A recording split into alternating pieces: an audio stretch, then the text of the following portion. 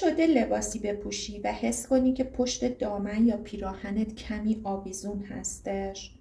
امروز میخوام راهکار اصلاح الگو برای ایراداندامی باسن افتاده رو بهتون آموزش بدم تا لباس روی تنتون عالی بشینه. من افسانه نظری هستم، با یه ویدئوی دیگه در خدمتتونم. من روی اندازه ها روی این شخص اومدم قد دامن از پیش رو 100 گرفتم. قد دامن از پشت این شخص شده 99، یعنی در حقیقت قد از پیش و قد از پشت با همدیگه 1 سانت تفاوت داره. قد از پشت 1 سانت کوچیک‌تره، در صورتی که ما توی شخص نرمال قد پیش و قد پشت باید برابر باشه. قد از پهلو همیشه 1 الی 1.5 سانت بیشتر از قد از پیش و قد از پشت هستش. پس این اعداد به من نشون میده که این خانم به دلیل اینکه قد از پیش و قد از پشت با هم دیگه برابر نیست و 1 سانت قد از پشت کوتاه‌تره، پس این خانم 1 سانت باسن افتاده داره و اگر من به صورت معمولی الگو رو بکشم پشت لباس این خانم 1 سانت آویزون میشه.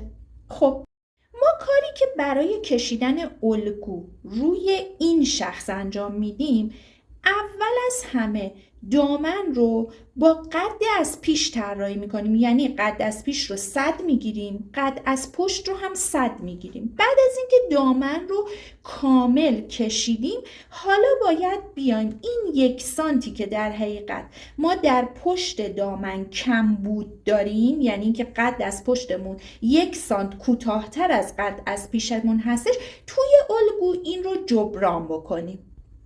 من این آموزش رو توی قسمت اندازه‌گیری دامن گفتم و حتما لینکش رو در قسمت توضیحات میگذارم و مراجعه کنین به اون قسمت.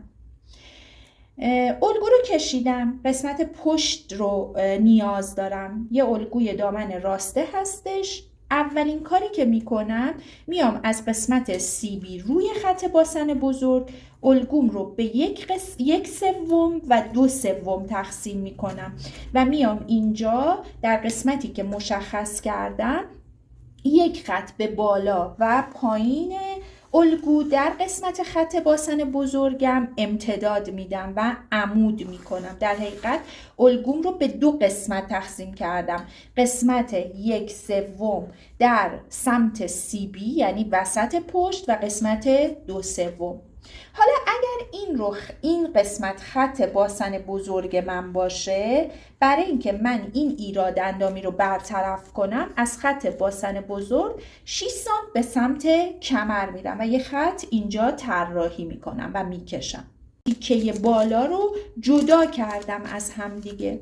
حالا من باید بیام در قسمت CB 1 سانت بیام پایین تر، یعنی از خطی که طراحی کردم 1 سانت بیام پایین تر و اینجا این 1 سانت رو مشخص بکنم. چرا که تیکه اول الگوم، یعنی میام تیکه اول رو 1 سانت پایین تر میچسبونم طوری که قسمت بالا CB من در امتداد قسمت پایین قرار بگیره. حالا برای تیکه دوم من باید اینجا رو بیارم در حقیقت روی خط 1 سانت قرار بدم، اما پهلوی من بیاد 0 بشه، چون من در پهلو مقداری اضافه یا کم نداشتم، یعنی قد پهلوی من 1 بودش. پس باید این تیکه دوم رو طوری قرار بدم که روی اون خط 1 سانت قرار بگیره و پهلوم رو باید اینجا 0 کنم. الان یه مقداری از قسمت بالا روی همدیگه منطبق شده.